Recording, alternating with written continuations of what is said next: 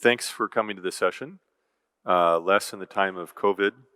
My name is Greg. I'm a LeSS trainer. I've been training since 2015. I think I was actually the first LeSS trainer after LeSS was created by Craig and Bus. And before training and coaching LeSS, I was coaching large-scale lean and agile. So the predecessor to LeSS. I live in Paris. I am from the US. I've been living in France for 15 years, and I've had a chance to work with a lot of the people at the conference coaching different LeSS implementations. So I've worked quite a bit in automotive, in autonomous driving, BMW, Daimler, Mercedes-Benz.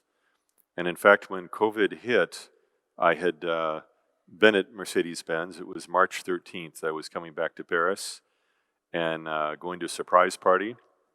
And I got a phone call from one of the managers there saying, we're closing down, we're confining. We don't know how to continue. We don't know what we're going to do, but we've been told that no one can come back to the office, and you'll also need to stay in France. You can't come back to the office. So like many people, it was a complete surprise. It was very disruptive. And I then went to the surprise party for a friend that I was going to see, and it turned out it was for me. So it ended up being a positive surprise. A day later in France, they closed all the bars and restaurants at midnight, and a day after that, they were closed all the time, permanently. So like everyone, I started working from home. In this talk, what I'd like to do is have it be interactive. There are a number of LeSS trainers, about 2/3 of us, who did not come to this conference. And that's quite unusual. Usually at least half of the trainers are here. And it's again an effect of COVID, I think, that people can't travel easily. They're worried about getting their vaccine or their test or both, or they're worried about bringing something back to their family. So what do we do during this time, and what have we done? And in this talk, I want to look back at some of my own experience and share your experience. So there are some other microphones here, and I'd like other people to talk about and actually visualize what things they've seen that have worked and haven't worked during the COVID period to do less and to improve in our practices. There's still probably a couple of people trying to join remotely. Just let me check for a second and see if they're there. I think I'm gonna, I told them that we probably wouldn't be able to connect them because of a video problem, so I think we're going to have to leave it that way. So we'll just be working in person in this session, which isn't what I'd originally planned for. What I did do is send you in the Slack channel a link to the mural board that I'm going to be using during the presentation, one of them. And as opposed to being able to put Post-its on the wall physically in the room, you can link to the mural board, and you'll have edit rights, so you can put Post-its there, and that's one way we can organize content that we might talk about. I have a few slides to show you quickly. So you're familiar with LeSS, I think. Everyone's familiar with the LeSS onion. We have the principles, the rules and frameworks, the guides, and the experiments. And maybe the effect of COVID was that LeSS kind of disappeared. So many of the trainings that were planned, a lot of the coaching that was planned, stopped. A lot of us became suddenly homebound, and we weren't really working very much with clients. We weren't doing very much training. And then slowly, COVID increased. It seemed to sort of replace LeSS for a while. And we had to figure out, what are we going to do in this new world? The first time I did a new LeSS training online, I used my traditional training material in a Zoom call without any particular breaks, and it really sucked. I have to say it was not the best experience for me or for the other people in the session. And then I started realizing that there were opportunities to change and do things differently. Some things that I've learned, I'll share, and I'd like you to think about also things that you've learned. If you want to already access the mural board, you can put Post-its in either observations, things you would like to try, or things you'd like to avoid. There aren't too many people who have computers in here, but there's a guy here at this table who has one. Maybe he's willing to share. And I see also there's one over there. Maybe is it one of yours? Is that yours, Frederick, the Mac that is there? Okay, so you might work together in the equivalent of a mobbing session and use someone's device to post notes there. Um, if you'd rather, I can also type them in for you since I have a machine here. It's one reason that this room is not being used for sessions that require post-its is the walls are very far from the center session. So it's primarily people broadcasting slides. I don't plan to use many slides. So this is for me not a surprise about less in the time of COVID. Collaboration is a lot harder when working at a distance. I don't think there's any disagreement. But there should also not be false dichotomies. Everyone knows the word dichotomy. It's used frequently by Craig in his LeSS training. It's a thinking mistake when we believe that things have to be one way or the other, when actually they can be both. So now it seems that most people are working sometimes in the office and sometimes at home. Is that your situation? Is anyone working 100% in the office now? Is anyone working 100% at home? So there's nobody working 100% in the office now. So we'd like, another thinking mistake in LeSS is wishful thinking. We wish that we were in the office all the time. We are not. I don't believe we're going to be. I personally think we're going to remain in a hybrid environment where sometimes we're in the office, sometimes we're at home. Does anyone believe that we're going to be, let's say, a year from now, 100% in the office where you work? Do you think that will be true? So it's about 7%, 6%. Does anyone believe that you will never need to go into the office or wherever your workplace is? That you'll be always at home? Maybe. So maybe another 5%. So that leaves us 90% hybrid, working at home and in the office. So it's not a correct dichotomy that it's really the choice. Face-to-face or online, it's a similar question. I mean, you might be face-to-face not in the office and still face-to-face, but it's probably a similar outcome. So we believe and we preach as LeSS trainers and coaches, we should have long-lived, co-located, cross-functional future teams. Now, this has been a very hard thing for LeSS trainers to talk about amongst ourselves. An online world, hybrid, we're not together all the time. What does that mean to what we've been telling everyone about co-located, long-lived, full-time feature teams? Is it no longer true? That would be very disturbing. Does it mean that distributed teams, dispersed teams suck? This is what we've been saying for quite a while. Is that true? Well, we need to find out. So we now have evidence. We have data. You have data. Well, the whole world has data. And is it only managers who are saying, "Oh, this distributed environment works pretty well," and it's the developers that are all suffering and don't want to be working on a remote basis? Is anyone here a developer? Team member? So maybe we're all biased already by the fact we're not team members. Does anyone here talk with team members regularly? So show me how many fingers you think, in terms of percentage, of the developers would rather be in the office all the time. So 100% you think want to be in the office all the time, 50% want to be in the office all the time, 0.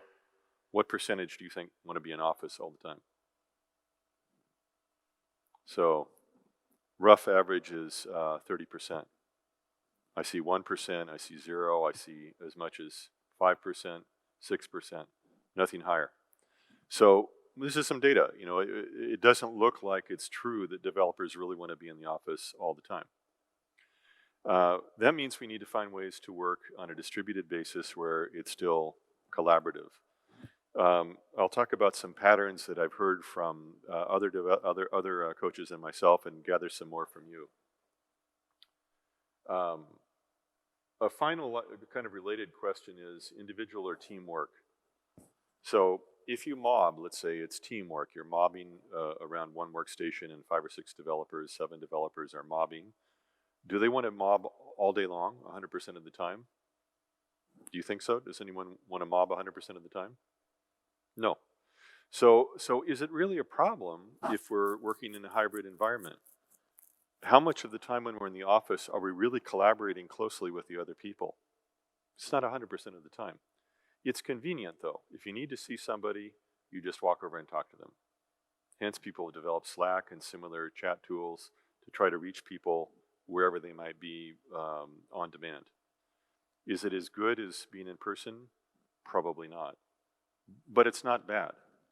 Is Zoom as good as being in person? No, but it's better to see somebody's face. So it's not a question of, to me, black and white. It's a question of what can we do in the circumstances. Let me switch to a Miro board that I set up for this talk, in which you have access to. I don't know if anyone here has tried to access it.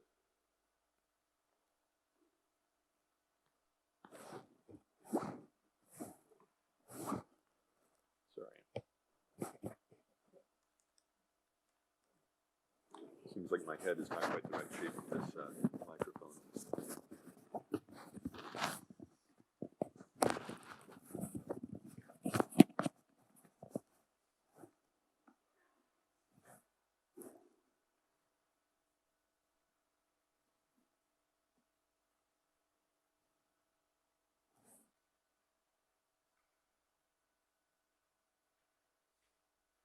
I think probably everyone is familiar with Miro, basically familiar.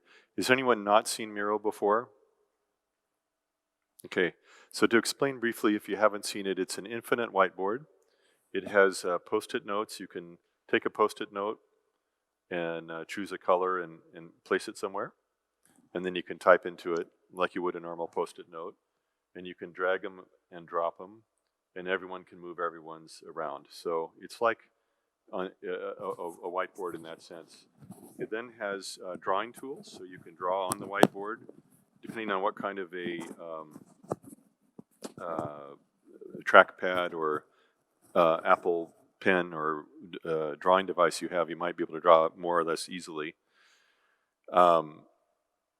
I switched about a year ago to doing all online training, and over the last 9 months it's gotten continuously better. So I now use Miro, I use Zoom, I use Breakout Rooms in Zoom. Every session is limited to a smaller number of students than if I was in person. I do breakout sessions every 15-20 minutes, so people find themselves in groups of about 4 or 5 people. They are able to talk a lot amongst themselves, and they have their own space in the Miro board where they're able to interact. I then bring people back together again, and if you think about LeSS, the sprint planning, the product backlog refinement, and sprint itself, and the sprint review, you have this merge, diverge, merge cycle. And using that same cycle in training works quite well. So you get a group of 15 people, maybe 5 each in 3 rooms. They do an exercise, they come back together. They do an exercise, they come back together. I found that the satisfaction rate with my online training is now better than it was with my in-classroom training. I didn't expect that would be true, but that's what I've gotten objectively from feedback from people. I've talked to the other trainers. About half of us have been doing online training, and they found similar results. The other half of the trainers haven't done or have done very little online training and think it's a bad idea. And so as a result, if you look at the kind of certification you can get online at LeSS Works, you can get LeSS Basics online. LeSS Practitioner, you only get a preliminary kind of a non-certificate, and you have to go to another training in person in order to actually get a certificate for the same content, the same time. You cannot do a certified LeSS executive online in any way at all. It's forbidden. I had one scheduled, I had to take it down. So there's a fairly negative viewpoint towards online learning based on the belief that in-person is better, but also based on the belief that people will wait and have had to wait in many cases for their training because it's not available to them online. So I think less in the time of COVID, one thing that has happened is transformations have slowed down, trainings have slowed down, learning has slowed down. Now, in order to try to accelerate it, some people are continuing to do the non-certifying online training. Some are starting to plan more and more in-person training. And some people are trying to coach both online and in person. What I've noticed is that the experience in coaching and training seem to diverge. So here initially are some observations. What's happened during COVID? Slowness. To get to decisions, we have to arrange meetings. You cannot reach people otherwise. Alienation. People feel left alone from their teams and organizations. More individual work, since arranging collaboration feels so hard, so people just don't make the effort. They work by themselves. Even more meetings compared to the physical world. To get two people together, more than two, you need to actually set up a meeting. Home office is not an office, so you could sit on the couch, get a sore back. Now, probably over the last year, people have upgraded their home offices. A lot of people have built them. They have ergonomic chairs. They may have a garden outside next door, and they have favorite beverage and a little refrigerator next to their desk. Maybe they're now more comfortable than they were at the beginning. Building teams without physical interaction is extremely slow. Now, I think this comment, which was from my colleague Ron, another trainer, was based on the sense of growing teams that Bas was just talking about, teams getting progressively better together. I don't think it was about originally creating teams.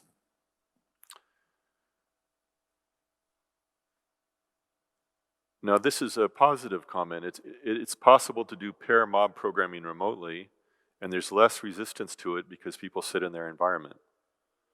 So, a positive effect of remote working. Some people participate more in an online environment. So I've heard from some people that the sense of a meeting being dominated by the person who has called the meeting sitting at the front with a marker has been reduced. If you look at a Zoom window, for example, everyone has the same size icon and face, so there's kind of an equality that has been generated by that. We heard from Wysoft's CEO earlier that in their flipping the organization, they had a 90% satisfaction rate with the online flip compared to 60% and 3 times as long for an in-person one. That's interesting. So you'd have to see, well, what about over the longer time period? Are the teams as stable as they would have been if they were in person? Maybe they were satisfied, but it was temporary. But it's interesting observation. This is a bit like the one I just mentioned. It's very easy to set up a breakout room in Zoom. So if you want to do a breakout room, let's say we wanted to do a breakout, we'd have to find them, physically get up, wait a few minutes, and then you wouldn't be able to hear me anymore. You'd be in different rooms. In Zoom, as a trainer or facilitator, I can easily drop into each room. So there's a speed of getting into small groups and coming back together. I've noticed in the Zoom Miro combination, short cycles of breakout and coming back together are much more feasible than they are in an in-person setting. So that's another advantage. This is a factor I think most people probably agree with, but let's see, what do you think? Is the life balance better with a work from home situation? Yes, maybe, no?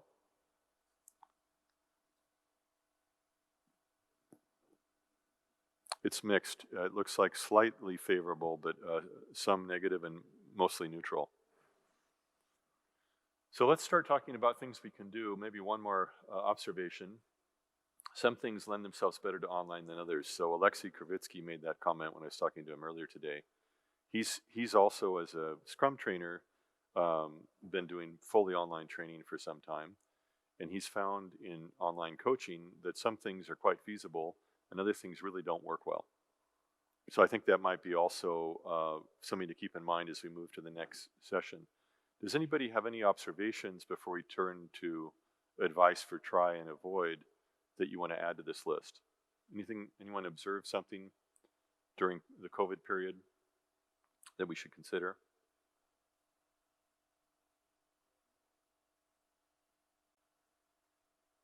You can either tell me or you can also type a post-it. So go ahead and tell me, Frederick. Yeah, I'm listening. Yeah.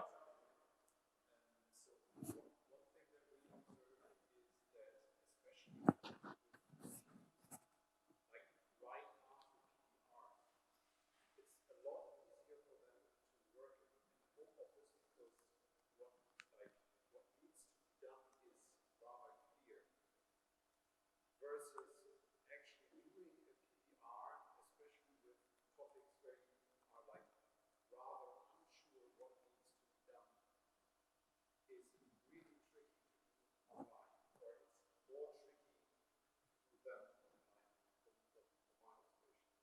So right after PDR, teams going into home office completely, even for the whole sprint, not coming back, works good. Doing a PDR online when you don't know who has to be there and stuff like that, rather tricky, let's say. Have you been using Miro or something like that? Yeah, it has been tricky for various reasons. First of all, there's so much communication missing when you just simply talk to people, and especially when you don't know who you meet. I am assuming that PR is more or less a multi-team event somehow. Okay, and if you have that, then you don't know what you don't know, and if the people are there, it's very easy to talk to them. But if they're not in the call, may not even know that you didn't know you needed the information. So informal exchange is more difficult, basically. Yeah. Does anyone have any other observations? Yeah. Yeah, one of the positive side which I have seen is like suddenly we have seen a lot of sessions which can be recorded and can be referred by some of the team member or someone who has kind of missed it earlier. Thanks.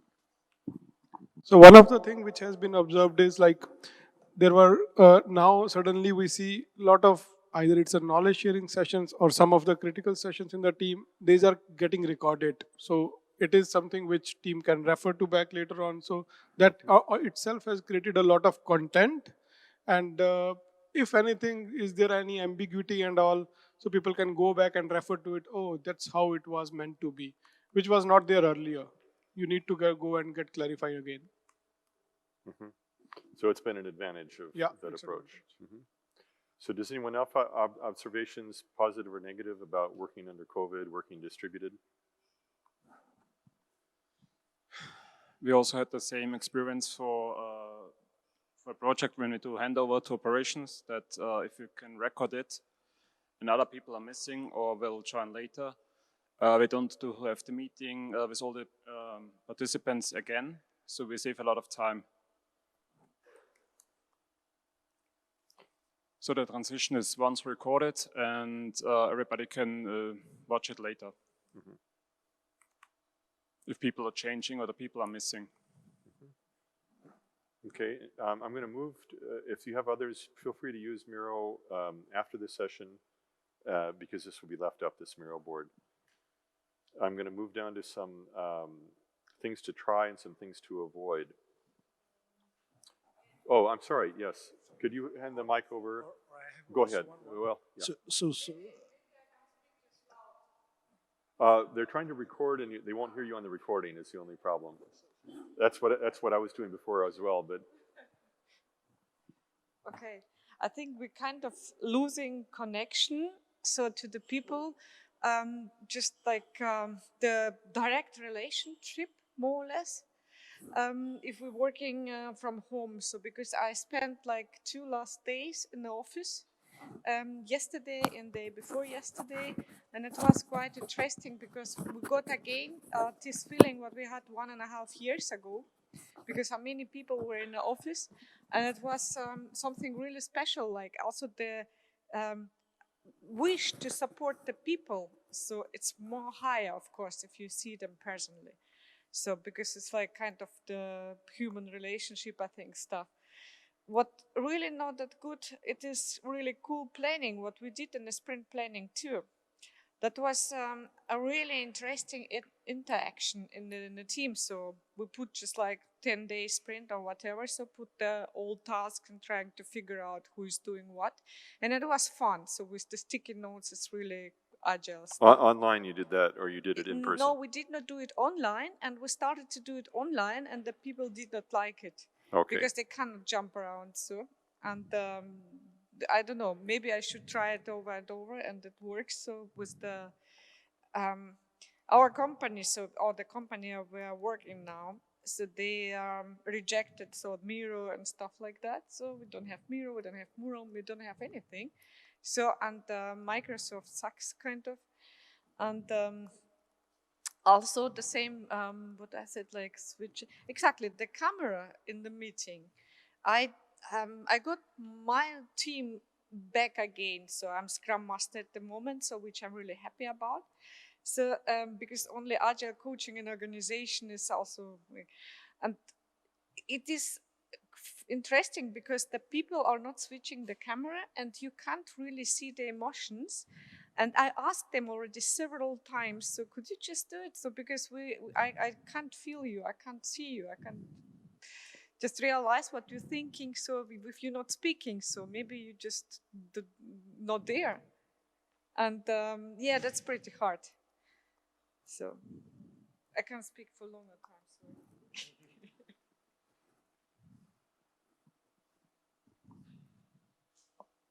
Okay, if I can at one point, it is related to the already some hybrid working model, and we call it like first-class citizen. If we can treat the remote work as a first-class citizen, so basically you can imagine we already encountered some situation where you have a brainstorming session, and you have 4 or 5 people sitting in the meeting room, but just 2 in a remote way, working in a remote way. So in a natural way, you communicate with the people which are in the meeting room, and you slightly exclude the remote people. So we end up in a situation when the remote people say, "Oh, please, you need to treat us as you, so you maybe next time really sit on your places and have pretty much the same experience as we do." That's what happened today in this session. Yeah. So people are well aware of this problem of like first and second class citizens. Yeah. And I had suggested in the trainer meetup earlier that all the participants would all dial in, even though they're in the room, use Zoom, use Miro, and not take advantage of the first class citizen direct access. Mm-hmm. And some said they wouldn't participate if that were the case because they come to a conference in order to interact directly, and they didn't want to give it up. So, we often do what's best for ourselves, which is understandable. But if we're really trying to have empathy towards the people who are off in another location, we would probably avoid this kind of inequitable access. And you see, there's many examples of this, like the camera's focused for the remote viewers on one person, and then there's all the other people talking off camera, and they can't see their face, and they don't know when there's a chance for them to say something next because they can't see the person's about ready to pause, so they just don't get to say very much, or their microphone isn't so good and they don't sound clear, or for whatever other reason. So if you have this mix, I think one thing that we could say probably doesn't work well is a mix of real-time in-person and offline for collaboration that is all first-class citizen. It just doesn't work well.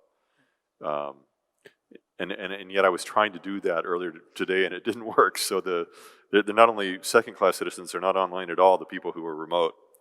And I think maybe in another time we'd have a better setup, or we'd have a bunch of terminals or people who were all working online. It just seems a little, if we finally get to come to a conference and see one another, it does seem a little unlike what we want to do. But the more we will go into the hybrid model, the more it will happen, right? Because we have a couple of people which still rely on the remote way of working. So unfortunately, that will be, we need to somehow think about this situation. I just thought of something I can do because our time is nearly out for the session today anyway. I'm going to show you some more content until we get kicked out or you decide you're going to leave because we have a little more time anyway. But we could do a remote session follow-up on this one next week or the week after. And I could just publish it on the conference site, and we could have the people who all participate remotely. And I think it would be a lot better experience in terms of talking about what works with online facilitation. There's tons of good stuff that I've seen. Saloni, and I'm on the Saloni team, she has been working quite closely with a colleague of mine, Ben Maynard, and Ben has generously shared with me a lot of his Miro board content. And I do want to give you one little nugget on the topic of sharing ideas that he put together. And it's just a simple set of principles for remote facilitation. So he has build trust and achieve engagement.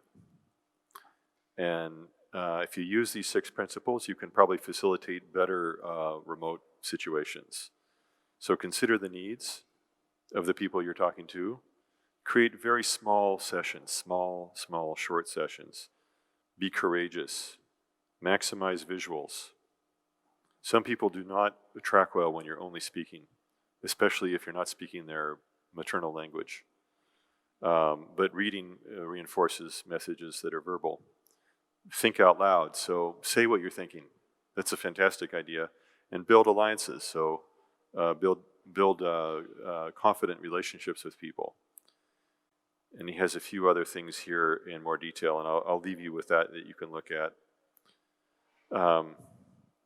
And again, kudos to Ben Maynard, who couldn't be here and wanted to join remotely and also couldn't do that. I want to show you a little bit more visually. First, a bunch of things to try. So about PBR, Fred was talking about it. Frederick, who I had the pleasure of working with for quite a while at BMW and autonomous driving, big LeSS adoption, probably the biggest in the world. Lots of learning. Having a PBR that might be online for the merge part of the meeting, the initial part of the overall PBR, where you go through the top of the backlog and teams then break out to work in detail on the items, and then have those breakout sessions in person. So 3 or 4 people could be together in someone's home, or if you have multiple sites, you could do the diverge part where you're working on items co-located physically, and then merge again with the video conference. And I've been doing that for years, long before COVID, that when I have multi-site teams working on the same backlog, and you want teams to all have members working on all items, it's important that you can distribute the work among multiple sites. You have the good fortune of having a single site at BMW, but most people don't have that. I think this topic about having the camera always on, some people really don't want to have it on all the time. So you could work out a working agreement. We'll have it on for certain meetings, and it's really poor behavior if you don't have it on. And other times you really don't need to have it on, and that way you can be a little bit more at home, or not so much on the spotlight.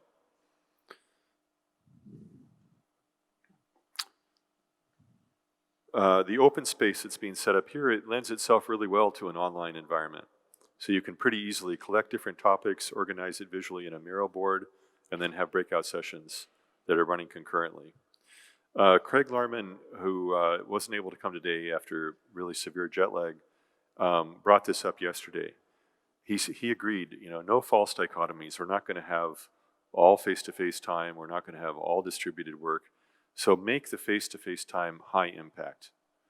Don't just go into the office to do it, but then work by yourself in a corner somewhere. Go into the office to be with other people, be intensely with them, create some impact out of that, and then when you work at home, there's a certain half-life to that. This is something I'm curious about your feedback on.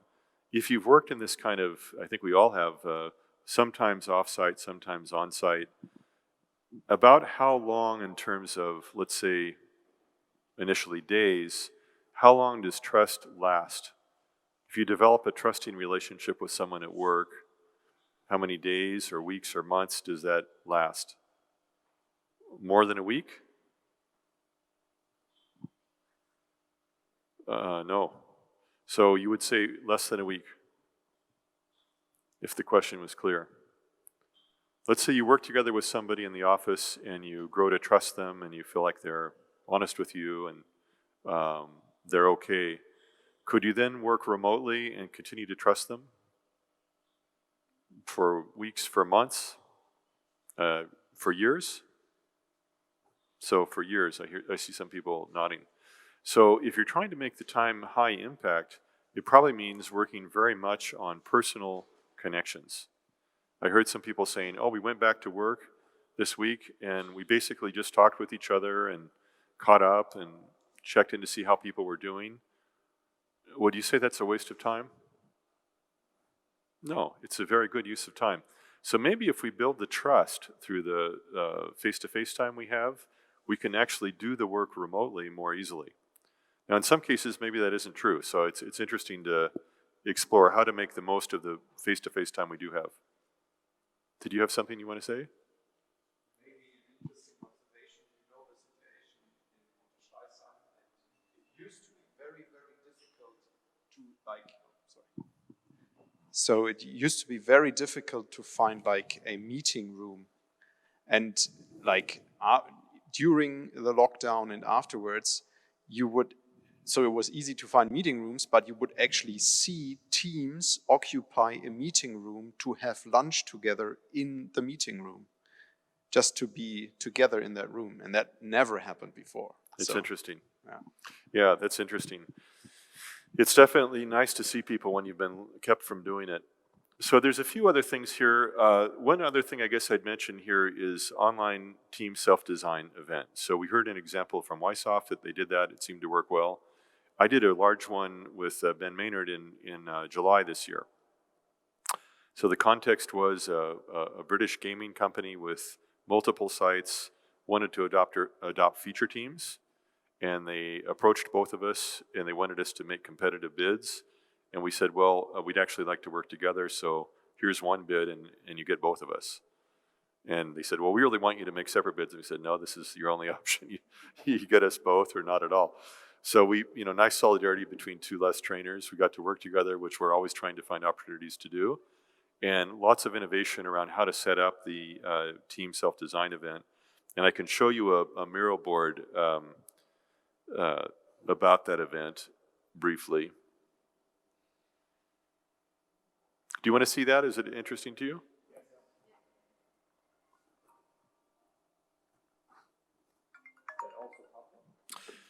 That's Ben calling.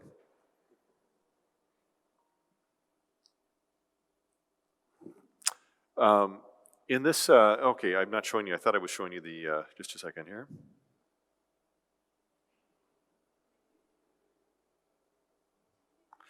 So this is, a big view of the board zoomed out.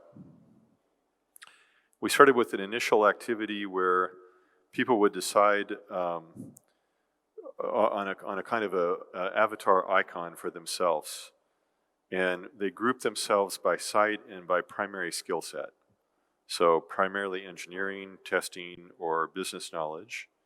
And then based on which site they were located, a little icon indicating both the color and the shape would indicate which site and what skill set. And then we had just a mechanical solution for people who would be absent, since you want everyone to participate in a team self-design event. How would they be represented? So that we decided there would be delegates, and other team members would be a delegate for the person who was absent, who would express their wishes, and that person would act in their best interest to help them find a team. And we then invited them into the event. We opened up the event. We explained that at the end of the event, they'll know who they're working with, which area they'll be working in, and a few other things. There was a level of approval in the design of this event. They didn't totally delegate it, but they delegated a large amount of responsibility to people to make their decisions. They gave a way for you to talk to someone if there was an issue, and there was some explanation about who would be timekeeping and facilitating given the size of the group. There is a little bit of a overview in terms of the agenda, and we started off with kind of a warm-up, how are you feeling today? So you take a dot and you drag it and drop it into a particular word that represents how you feel. Maybe you feel hateful or rage or bored or sleepy, or maybe you feel relaxed. And it kind of gives you a sense of the crowd non-verbally. It scales well because everyone is able to respond at the same time. We had 150 or so. 100. Yeah, yeah. So it was pretty big. It was a pretty big session. I did one in person at Flixbus that was 170. So I had done one larger before, but it was in person in a ballroom in Munich. And it had its own challenges and advantages. One of the challenges was physically, as the facilitator, I had to time how long it took me to walk from one end to the other and back, which was 10 minutes actually. It was that big of a room. So you can't really make a lot of back and forth trips or you won't be able to facilitate properly. So after that, we then talked about communities, and people were able to form the non-feature team structure. What kind of communities might they belong to? And people would talk a little bit more about subjects that they were interested in. There's a kind of an explanation of the event in greater detail. So each cycle had the same sort of activities. You move your team, your symbol to a team oval. That's your equivalent of sitting at a table or a circle of chairs. You join a breakout room, and then the breakout room you discuss together who's who, how do you feel about being together. You give it kind of a dry run. You then evaluate the completeness of your skills as a team. Are you cross-functional enough? Do you have the right skill set to be able to develop items in that area? You do a self-assessment. You end the cycle, you take a break, and you get reviews from stakeholders. You then as a team get together and you review that feedback. And then there's a cross-team confidence vote. And that's, how good do we feel about this current mix? And then you do it again. And so each time you improve the outcome. If you already know the feature team design event, that's a common aspect of the event. We could look a little bit more about, there's a little explanation for introducing people. You can see, just repeat here. Here's an example of Area 1, which happened to have only 3 teams. I know they should always have at least 4, but they didn't really feel like they were planning to add 3 more. They were growing this area with net new employees. So the day of, they wanted to create these 3 teams. This first step, you place your avatar, if you're interested in this team, into one of the slots. Now the nomenclature in here indicates that if it's a solid circle, it's a hard requirement for the team.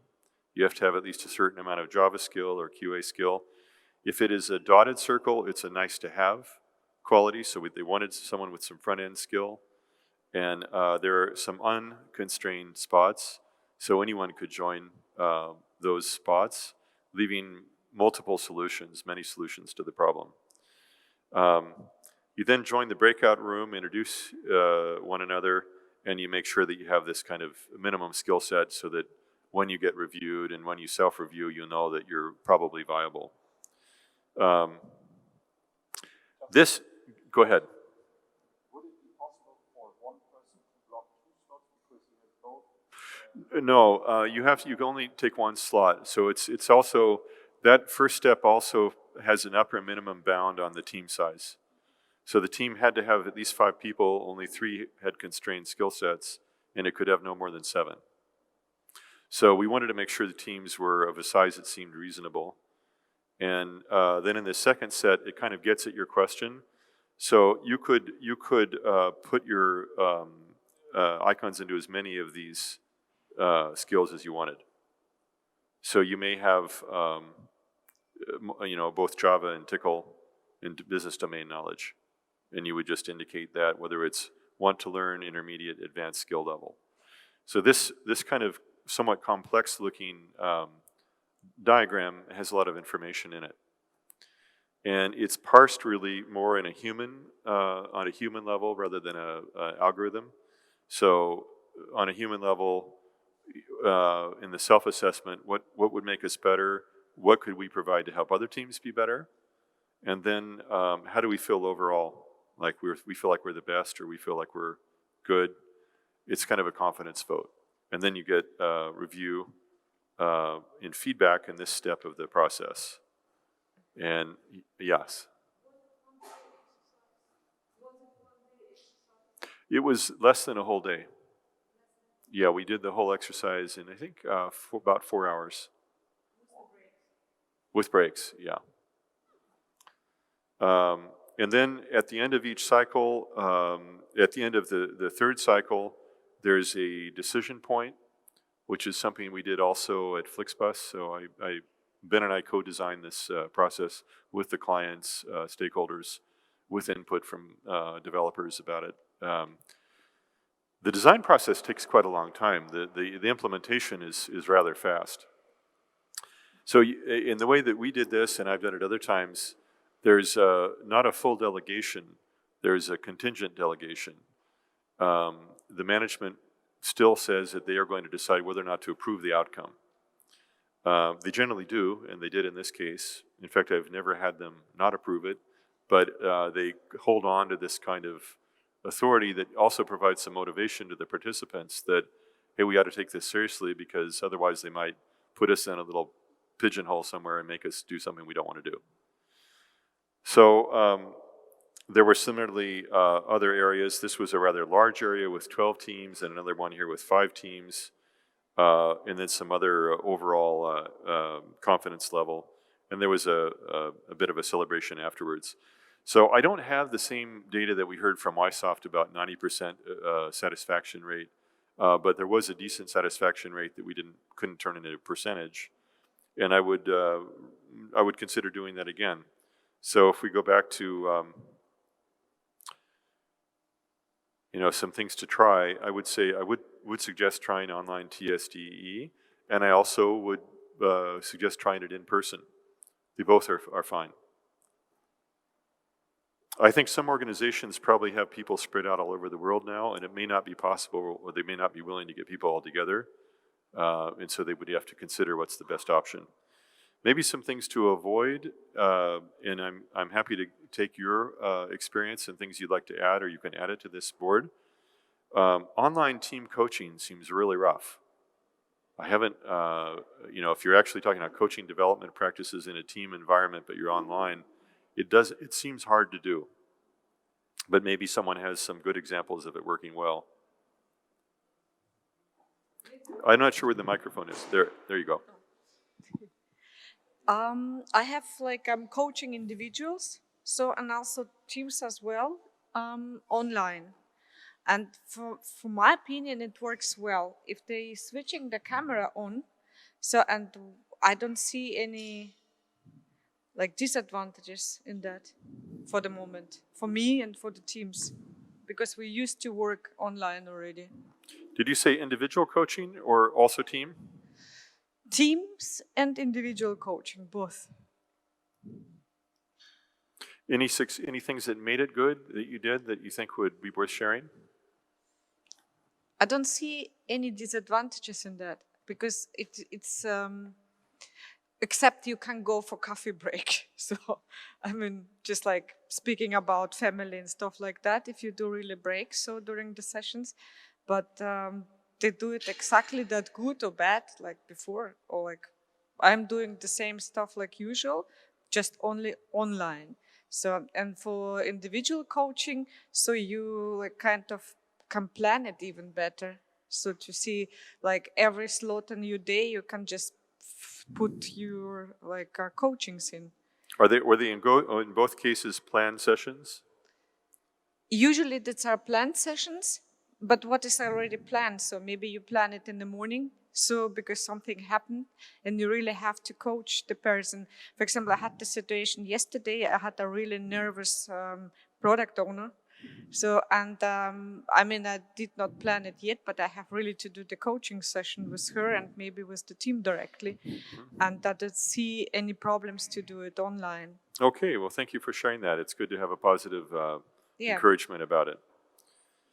Maybe some other things to avoid, forcing people to be in office 100% of the time. I think there'll probably be some attrition for companies that decide to do that, but you don't think you will be doing that. Or firing team members unwilling to relocate. That seems to me something to avoid if you can. A PO who will not travel. So that also is something I would avoid. I've done before COVID, a lot of LeSS transitions, and it's always been key that the PO is willing to go to where the teams are, going to Gemba, showing respect for the teams and interest in their work. Even probably on a single site, if you're unwilling to go and see the teams, it's already something to avoid. I think ignoring individual preferences is something to avoid. So we're not all the same. Some people are more introverted and some are more extroverted.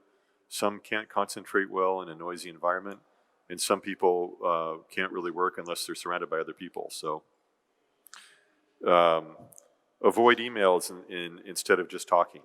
So I think, unfortunately, a lot of people have used a lot more email during the time of COVID, and that would be a good thing not to do. Having too many people in one thread or event, it's certainly something to avoid. So either breakout rooms or use team representatives, keep it small, and to never see your teammates in person is something to avoid. We all need human contact. All right, well, thank you for the participation. And if anyone has any other comments, yeah? So because I think that's good that we're speaking today about that, because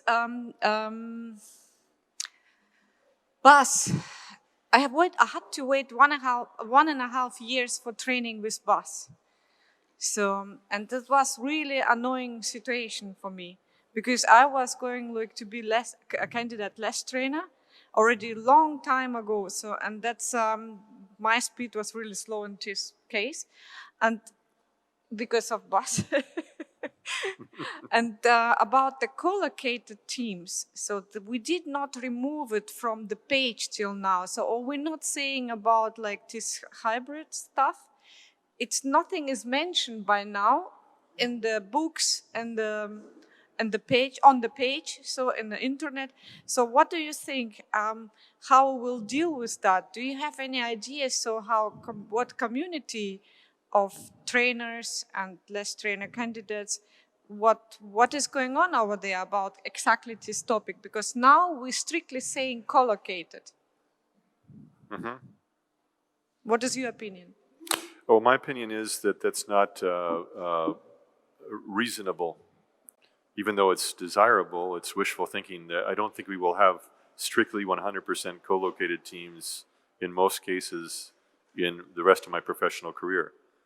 So I don't personally feel that's an adequate response, even though we say we prefer them. So I think we need to talk about these topics. And Craig and Bus both described in the second book in 2010 how to work with distributed multi-site organizations. In the most recent book, there's also some references to how to work with distributed teams. Bas himself, I know, has been working on a team as a team member, a team that is dispersed, in order to see what it's like from the inside. He's had some knocks. I know it was not easy for him. And maybe he'll share more of those if you talk with him about that.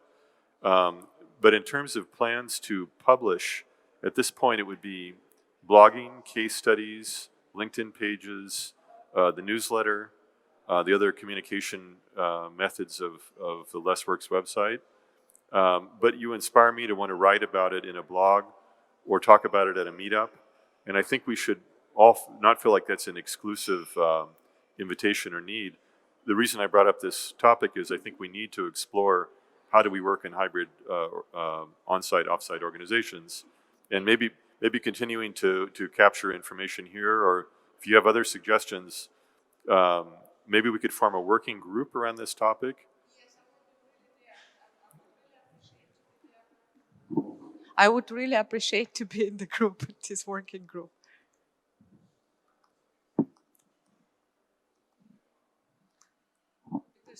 Because we really cannot avoid it anymore. It's just like here. It is like COVID. We cannot say it's not here. Mm-hmm. It is every day we're working with the distributed teams. They're online. Mm-hmm. Almost like 80% of the time. It's a real need. Yeah, I think it's a real need.